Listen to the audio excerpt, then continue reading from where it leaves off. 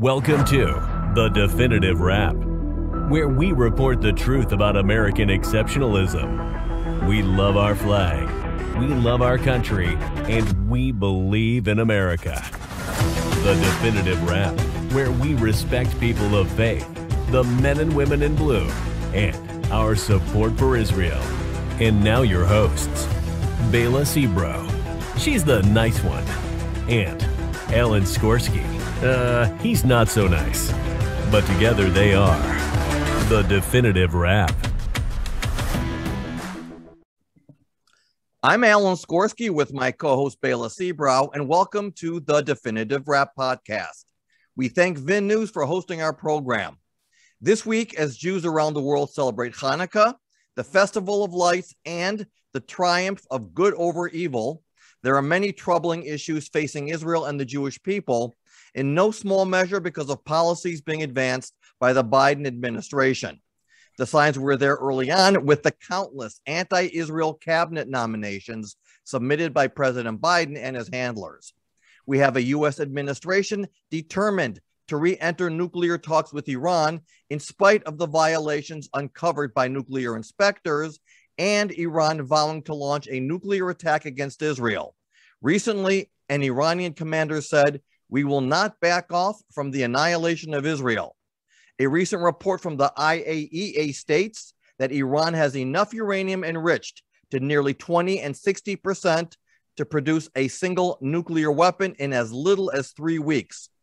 President Biden also remains determined to reopen a consulate in Jerusalem to serve the Palestinian Authority against the objections of Naftali Bennett and Yair Lapid.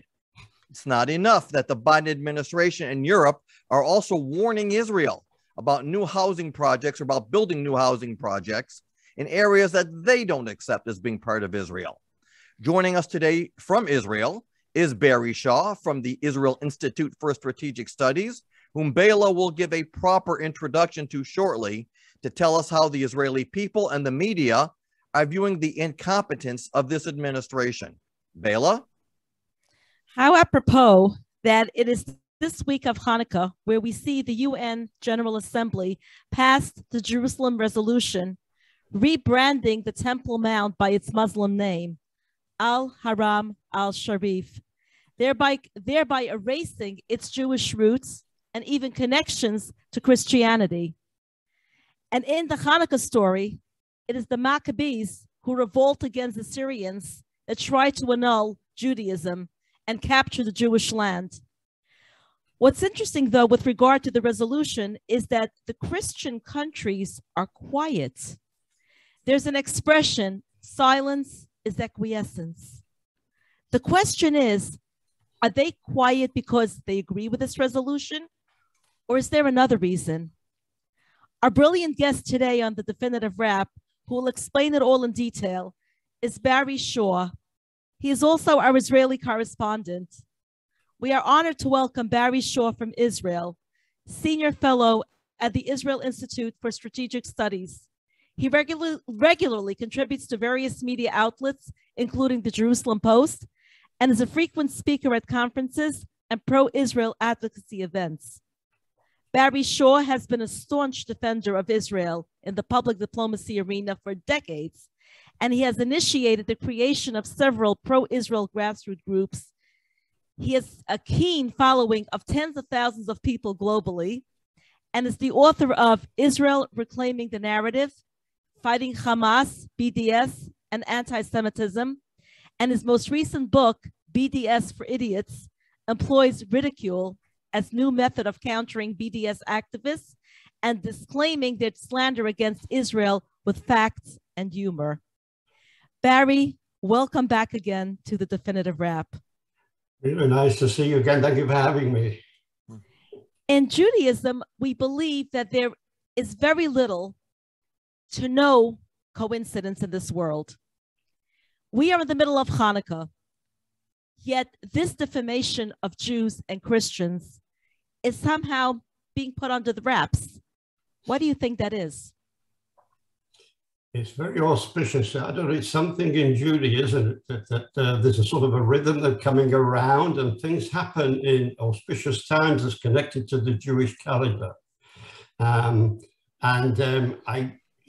It's surprising how things from the Bible always seems to find its place in modern times. Yeah. One of the things maybe we talk about later, if we have time, if not another date, is that, you know, when I'm talking to Christian audiences, the thing that really gets them is that you can see by looking at me, I'm not what you might call an Orthodox Jew, but I'm one that believes things, and I see things coming out from biblical times to have relevance today. And one of those that I point out, and I pointed it out under the Obama administration, I'm pointing it out now under the Biden administration. It's two things, a modern thing. If you have an administration that's doing bad things against Israel, bad things seem to happen within America. It could be the economy and other things. It happened under Obama. And when you had a presidency of President Trump, who did good things for the Jews and great things for Israel and stood with America's greatest ally in the world, great things happened in America. You also had prosperity. And now you have an administration that is weak on Israel, panders our enemies, and bad things are happening within America. The two you think aren't related, but there seems to be a symbiosis, there's a rhythm there of things. Your economy is suffering, you're in turmoil on the streets or whatever. We can get into that if we have time later on the show. I'd like to talk about it at some other times. But there is this same strange sort of connection, and you can hear the voice of a biblical prophecy when God said, I will bless those that bless you and I will curse those that curse you. And you see it carrying out as we speak. So it's Barry, I'm going to just segue into that I always saw support for Israel from those who are outside as a moral issue and not a political issue. And if you're weak on Israel, that means you have weak moral character. And if you're weak morally, then it just transcends and filters down to everything else that you're doing. Now, one of the things I want to ask you about, you know, I grew up on Bibi Netanyahu. Now, again, Americans have a different view of him than many Israelis. To us, he was always that telegenic rock star. We saw this young, handsome guy from the 80s, very telegenic, great speaker. But, you know, all good things come to an end. Now you have Lapid and you have Bennett. And I kind of view them as good cop, bad cop, for lack of a better term, at least for America. Lapid is centrist, left, which is good for the Democrats. I was happy to see that they spoke with one voice against Iran and against the consulate. But my question is this. I mean, on TV and in the media, it's good cop, bad cop. But what is really happening behind the scenes there? Because Lapid, whether I like him or not in general, he's not stupid, and he knows that his massaging the egos of the Democrats can only go so far. Is there consensus in Israel that these two carry different weight with the U.S. administration than what we had under Bibi, who was seen by many as being in lockstep with the Republicans? Yeah, well, certainly there's a different approach from Benjamin Netanyahu, certainly when it comes to dealing with the American administration. Bibi got so far with the American administration, and he was applauded in places, and some people say he didn't get the necessary results. Now, it seems that the Lapid-Bennett approach is more softly, more nuanced, if you want to call it that. And there's a certain approach that say, you know, how to win friends and influence people is not to get the backs up of the Democrats. So if you can, I don't want to use the word schmooze up the Democrats, but you speak to them softly and show them the righteousness of our cause and see what's happening. Maybe, just maybe, we can appeal to the whatever left is of the moderate Democrats in their caucus to go against the radicals, although it seems that party is lost to the radicals, because we do need the Americans on board going forward. Having said that, and as I'll go into the detail shortly, I will tell you that we're not blind to this. And I'm going to expose certain things that I think you and your viewers would be very interesting to hear, particularly as it applies to Iran. Because Iran is this very real existential threat for Israel and a more distant threat to the United States. And whereas Bibi spoke with a firm voice and everything, things are happening publicly in one direction and diplomatically in another. For instance, I can tell you that Prime Minister Naftali Bennett called on Antony Blinken, the Secretary of State, today, and told Blinken, or asked Blinken to immediately halt the ongoing negotiations in Vienna over Iran's nuclear program. And he told Blinken that Iran was utilizing what he called nuclear blackmail as a tactic, and therefore the United States should initiate an immediate cessation of negotiations. And Bennett referred to a report by the International Atomic Energy Agency revealing, as you mentioned in the intro, that Iran had begun enriching uranium to 20% purity with advanced centrifuges at its Fordo facility. This is a strengthened underground facility, by the way, which might have relevance later on.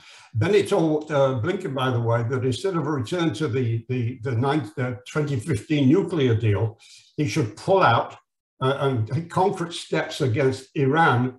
It should be taken by the major parties. And to back that up, that Yair Lapid, who is the foreign minister, has just got back from going off to London and to Paris to actually bring on board both Great Britain and France into a sort of an alliance to take what you could say would be concrete steps to take against Iran. Now, as I said, the Biden administration has repeatedly reiterated its desire to return to the 2015 agreement. But what they're stuck on is right now that Trump, which quite frankly has crippled Iran. I could give you another talk, which would go on for half an hour, of what's happening within Iran with regard to the Iranians in mass protests going on because of the terrible economic situation. This is a challenge to the Iranian regime. But in fact, the Iranian regime, the newly introduced leader of Iran, is the hardcore, tough Iranian. I'm involved in another issue, and I've made a video, and I'm making another one next week about a trial that's going on in Sweden, where an Iranian from the regime was arrested and is on trial for international war crimes and human rights crimes because he was Raisi. President Raisi is the new leader of Iran. From the 1980s and 90s, they had they were arresting, torturing, raping, and murdering, not hundreds, but thousands of Iranians, the opposition. And they haven't been brought to trial because it seems like the world, the Europeans and the United States, seem to go softly on Iran. So they are getting away with the most grotesque crimes, mass crimes in human history. Since, well, not human history, let's not exaggerate, post-Hitler, let's say. And this has not been exposed. But we're making efforts, and Alan, I would argue and be able to actually try and interview one or two of the Iranians involved in this case and bring it to the attention of your people in America, because quite frankly, your American administration should take up this cause, which would end up with the International Criminal Court. But coming back to the Iranian issue, the Israel approach, as I mentioned to you, is different from the tactics of Benjamin Netanyahu. Going to alone. He had a going to alone sort of strategy. And the Lapid, Bennett, and Benny Gantz are trying to coordinate with the United States and what we call the E3, that's France, Germany, and the United Kingdom, in wanting to have Israel's case not only heard, but also have Israel play an integral part of the conversation.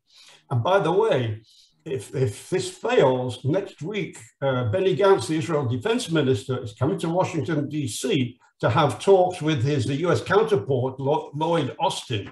And that is going to mean something of what is he going to telling Lloyd Austin is that when talks fail, as they inevitably will, and that's the Israeli perspective, we must prepare ourselves, as Benny Gantz says, for the alternatives. And for that, we need the Pentagon to help us out. For us to do the job. We don't want the Americans to do the job, but we're getting to the stage now where action has to be taken. Now, Israel wants to talk to the major powers about what we call Plan B more than Plan A, because we don't believe there's any value in it in pursuing a lost cause, which is Plan A. Although we seem to be making progress with France, it's hardened its approach to Iran, though this might be thrown out because the Europeans can be weak. If you have a weak Biden-Blinken going soft on Iran and doing anything to make some sort of temporary deal with Iran, because basically just to kick down the road, because Biden wants to go on to other issues, more domestic issues, and doesn't want this albatross of Iran round his throat for another year or two. So the weakness and the incompetence of the Biden administration is clear for everyone to see when it comes to the so-called nuclear talk beginning this week in Vienna. Actually, they haven't begun properly either. Like, tell me what's going on in Vienna right now. The United States isn't even there because the talks have started this week. But what's happening here is the Iranian representatives and the Europeans are talking. And instead of the Americans setting the ground rules for this, the United States has allowed Iran to dictate the terms and become the prosecutors in the current, well, I call it the Viennese farce right now. Israel is demanding, they're making demands. It's Iran making demands in Vienna right now. They're demanding the United States must lift all its sanctions on Iran, otherwise there won't be any talks. This is Iran laying down the law, not the United States. So you see what I mean by a soft administration. By the way, they won't even sit in the same room if the Americans get there. They won't be face to face with the Iranian delegation. The Iranian delegation will be in one room and the Americans will be in another. And the Europeans will be the go-betweens, so the matchmakers, if you like, passing the messages from one delegation to the other. This is no way to address any serious negotiations. And yesterday, as you said earlier in the introduction, Alan, that the Iranian delegates said the European group have told the Iranians they have until the end of this week to display flexibility if they want the nuclear talks to begin. I'm not sure they're so bothered to have them begin. And again, the United States seems to be lagging behind. In the meantime, as I said, Yair Lapid has been meeting with his officials over there to move the Iranians back off their nuclear development program. But Israel has no illusions that the State Department is capable of getting Iran to walk away from their nuclear program. We don't believe they can do it. You know, as you say over there in Texas, it ain't going to happen. And the nuclear clock is ticking. And the minimum, I think, that Israel will accept would be a deal that is longer, stronger, and tougher than the first ones, the first bad Obama deal. And the one that demands close and regular inspections. That's not what we're getting right now. And that's what we'll end up, I think we'll end up, if it ends up any talks or so, it's going to be what I call a Biden-like deal that will leave Iran to complete their mission. And that's the dangerous part. Because if that happens, it's inevitably going to lead Israel to deal with the problem and take the initiative, as we did before in both Iraq and in Syria.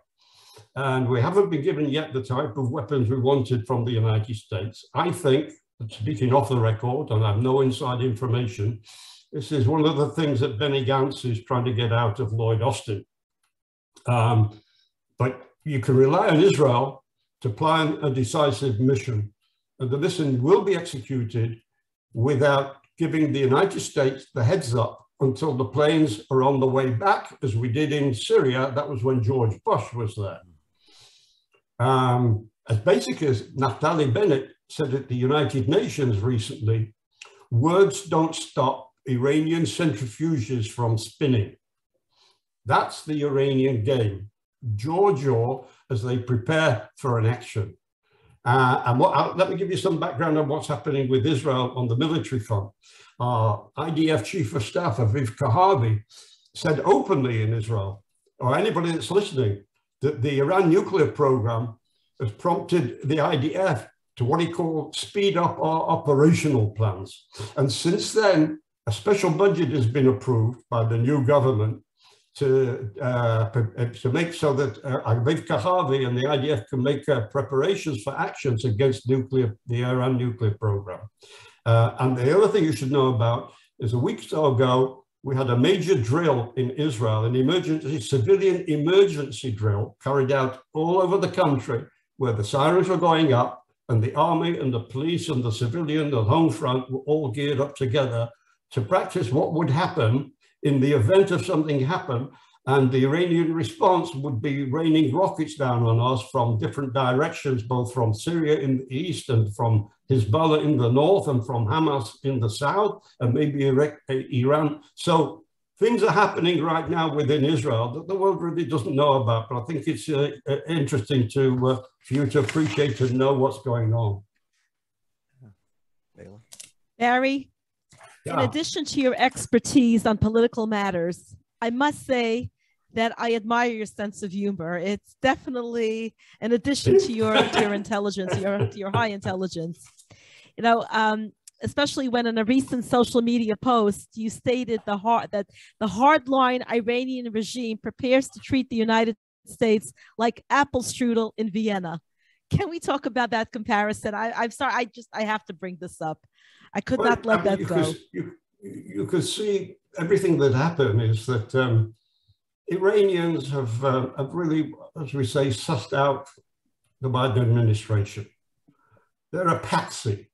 The Iranians are laughing. People like Israel are worried. I mean, behind the humor, there is grave concerns over here from what we're seeing happening in America, both internally and externally. I think there's a great problem over there that you're experiencing. But, you know, I want you to know that just one final thing on the Iranian things before we come on this, that even if Iran has enough enriched material for a bomb, because they could go very quickly from 20% up to 90%, which is weapon grade material. It hasn't moved it yet. But such a move would be considered in Israel as a proclamation to a declaration of war. But even if Iran amasses enough enriched material, the 90% uranium for a bomb, which Israel thinks it can do within 2 to 3 months, it's not the same as attaining a deliverable nuclear weapon in that time. That's still a process which would take perhaps 8 months to a year from the decision, the Iranian decision, to actually break out and make the bomb. Now, you can be sure that Israeli intelligence is watching very carefully what's going on. The question is at what time we're going to have to take action. That we won't know about until probably after the event. But it may happen about the same day as something would happen. But it may not be in the immediate future like anything of the next 2 or 3 months. I'm going to come on to the issue of Chanukah, but do it in a strange way. And, you know, Bila, like we spoke about the relevance of what happened 2,000 years ago and its relevance today.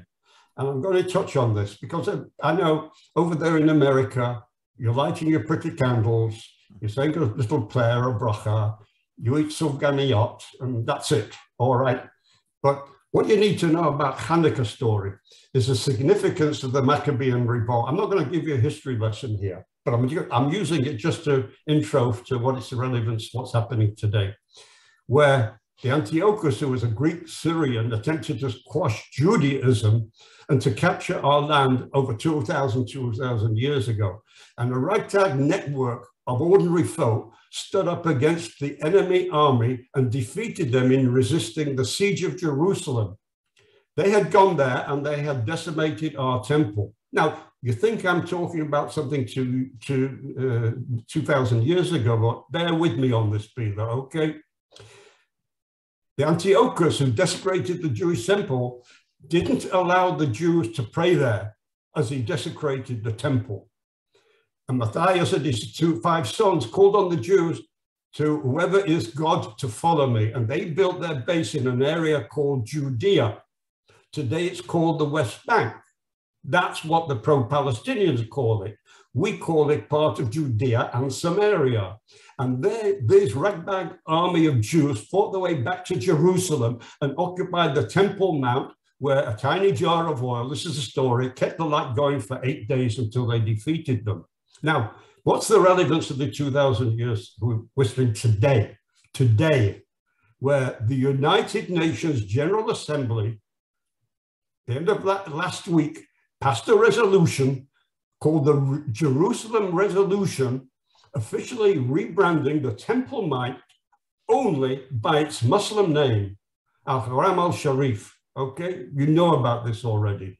What they're doing is they were expunging all the Jewish roots and its importance, not only to Judaism, but also to Christianity. This is for the Christian viewers to your program. This is the relevance that they can appreciate and share as well in the annals of the United Nations.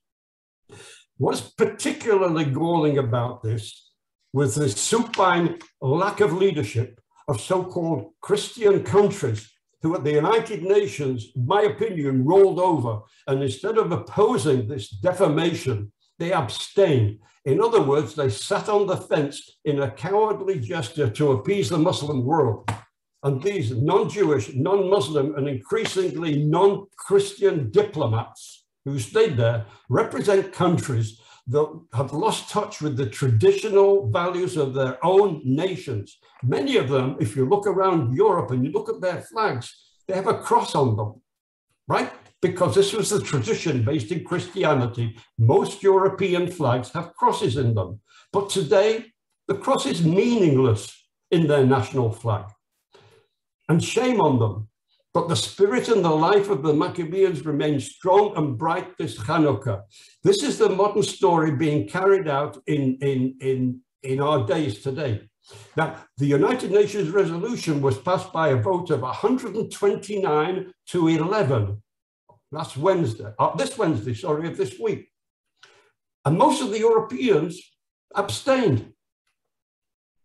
And it was they were disavowing Jewish ties to the Temple Mount and are causing it really by its Muslim name only. This is terrible.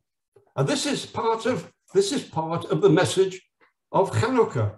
It's morally, historically, and politically wrong for members of this body, the United Nations, to support language that denies both Jewish and Christian connections to the Temple Mount. And if you want to make the case that Jerusalem is important to three monolithic religions, that's fine, go ahead and do it. But the United Nations has now overridden the historic fact that designated Jerusalem as being significant to one religion only, and that is Islam.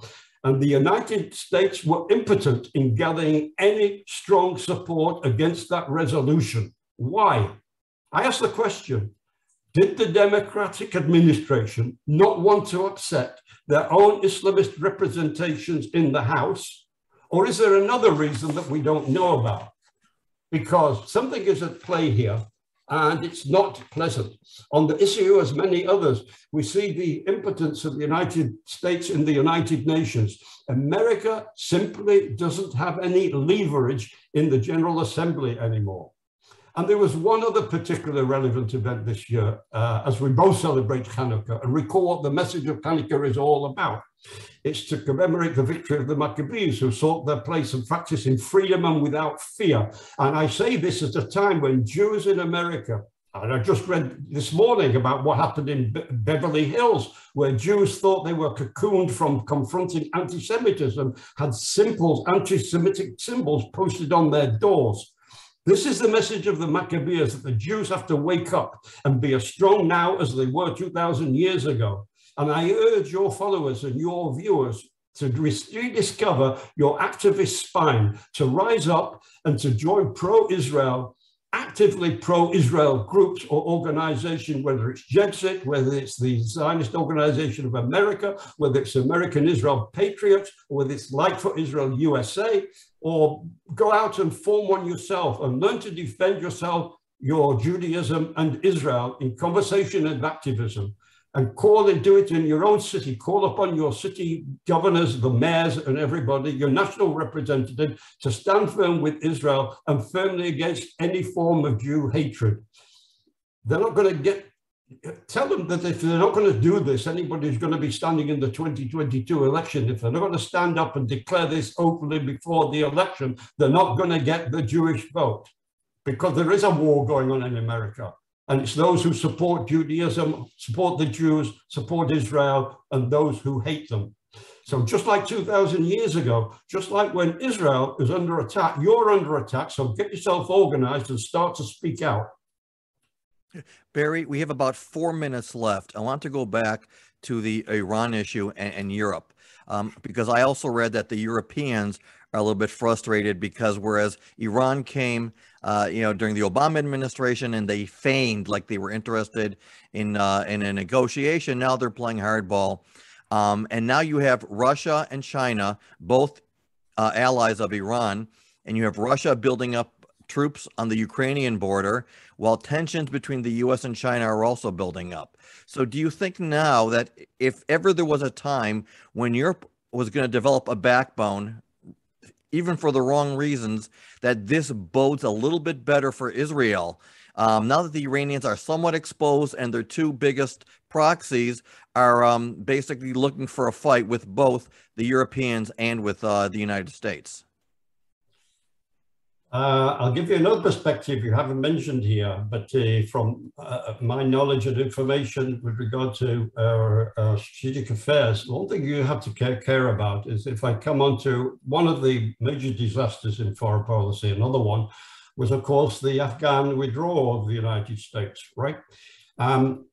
You mentioned China and you mentioned Russia. Yes, China is already there in Afghanistan. They've got the mining rights, which is going to enrich the Taliban for the rare earth, things like lithium or whatever they've got over there. But the other thing you've got to watch is Iran. Iran borders Afghanistan. And it's not only the danger to us, but I made a prediction on a show I did a couple of days ago, that because of the mishandling, not only in Afghanistan, but the mishandling of the people who are flooding into America, unverified, you don't know what is going to happen to America maybe a few years down the road. You don't know the terror plots that are going to be happening in America with unbridled migration into the United States, as I saw and I predicted 15, 20 years ago in Europe.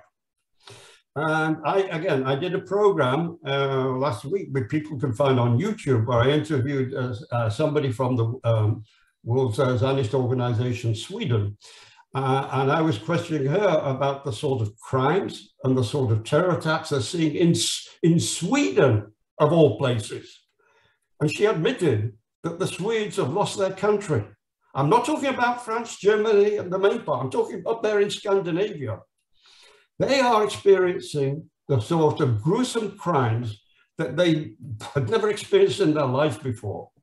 They are getting terrorism against Jews in Sweden, in various places, in Gothenburg and in Malmö, for instance. This is coming to America. The people are there right now. It will take time. Like in Europe, it happened more with the second generation of the people you've allowed flooding in. And a lot of those will be coming from Afghanistan. And a lot of the people coming from Afghanistan would have been trained, armed, and operated by Iran. So you could expect, whether it's Islamic State or whether it's Taliban or whether it's Al-Qaeda, they are now in Afghanistan. The Taliban and others are in now cahoots with Iran, and they're now formulating something. And Iran never do attack. Usually, the only time they will do an attack openly will be a nuclear one on Israel, but they use the proxies for attacks on Israel and Saudi Arabia and Yemen and other places, Lebanon, for instance. They will do the same in America. And this is the danger you have to worry about. Don't necessarily link Iran together with Russia and China.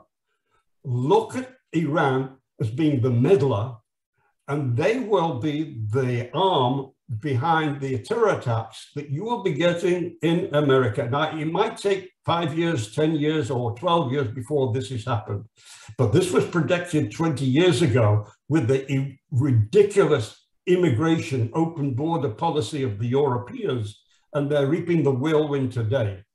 You will reap the whirlwind of discontented, thousands and thousands of discontented migrants who never found their place and never integrated in America, and also together with them coming over the border and even being flown in by the Biden-Blinken administration and then walking out of holding places and going into the mainstream of America. They will begin coordinating all sorts of horrible, nasty things that America will experience sometime in the future. I wish I could say, I wish it won't happen, but I predict it will. Barry, we're out of time, but I do have to make one point, and I know we're not going to have time to delve into this, but it's unbelievable how in Iran, its citizens suffer from basic human needs like shortage of water and electricity. They oppose as much as they could, short of getting their heads chopped off. And the United States is not revolting against these unlivable conditions in towns like Isfahan, and they don't say or do anything about it. And that's just something that I would like to touch upon at a different time. We are out of time right now. It was an opportunity lost by Obama, by the way, because the people were ready to rise up and they reached out, they spoke openly to Obama, make sure you support us, and Obama dropped the ball. Thank you for joining us today on the Definitive Wrap. Thank you to vinnews.com for hosting our show. And thank you to our audience for tuning in. Happy Chanukah, everyone. Happy Chanukah. Thanks for listening to The Definitive Wrap with your hosts, Bela Sebro and Alan Skorsky. Be sure to tell your family and friends they also can listen to The Definitive Wrap on Apple Music, Spotify, Google Play, and your favorite streaming service. See you next time on The Definitive Wrap.